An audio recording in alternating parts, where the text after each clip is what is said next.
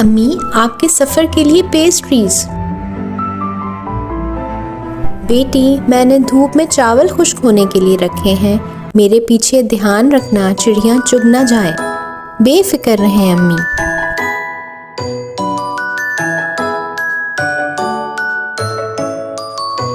پیاری چڑیا لگتا ہے تم بھوکی ہو، یہ لو کھا لو جی بھر کے۔ بہت شکریہ نیک دل لڑکی، میں تمہاری اس نیکی کا بدلہ ضرور دوں گی۔ کل میرے گھر دعوت پر آنا۔ ادھر سے 5 کلومیٹر دور جنگل کے مغرب کی طرف چلتی رہنا، وہاں تمہیں دیودار کا پرانا درخت دکھائی دے گا جس پر لکڑی کا گھر ہوگا۔ میں وہاں تمہارا انتظار کروں گی۔ آج اپنی دوست کے گھر جا رہی ہوں، امید ہے اسے یہ تحفہ پسند آئے گا۔ میرے خیال سے یہی میری دوست کا گھر ہے۔ پیاری چڑیا کیا تم گھر پر ہو؟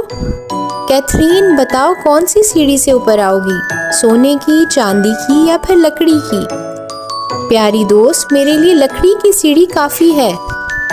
کیتھرین بتاؤ کھانا کون سے برتن میں کھانا پسند کرو گی، سونے کے، چاندی کے یا مٹی کے؟ پیاری دوست تم تکلف نہ کرو، میں مٹی کے برتن میں ہی آرام سے کھانا کھا لوں گی۔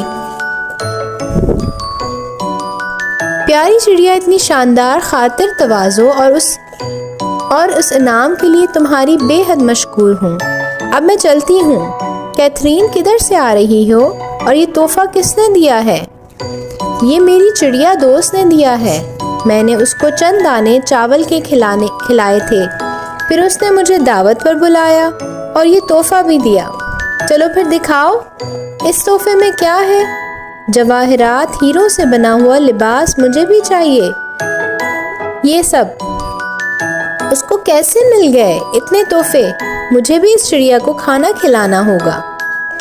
چور چڑیا، میرے چاول چرا رہی ہو، مجھے بھی اس کے بدلے تحفہ دو۔ کل شام میرے گھر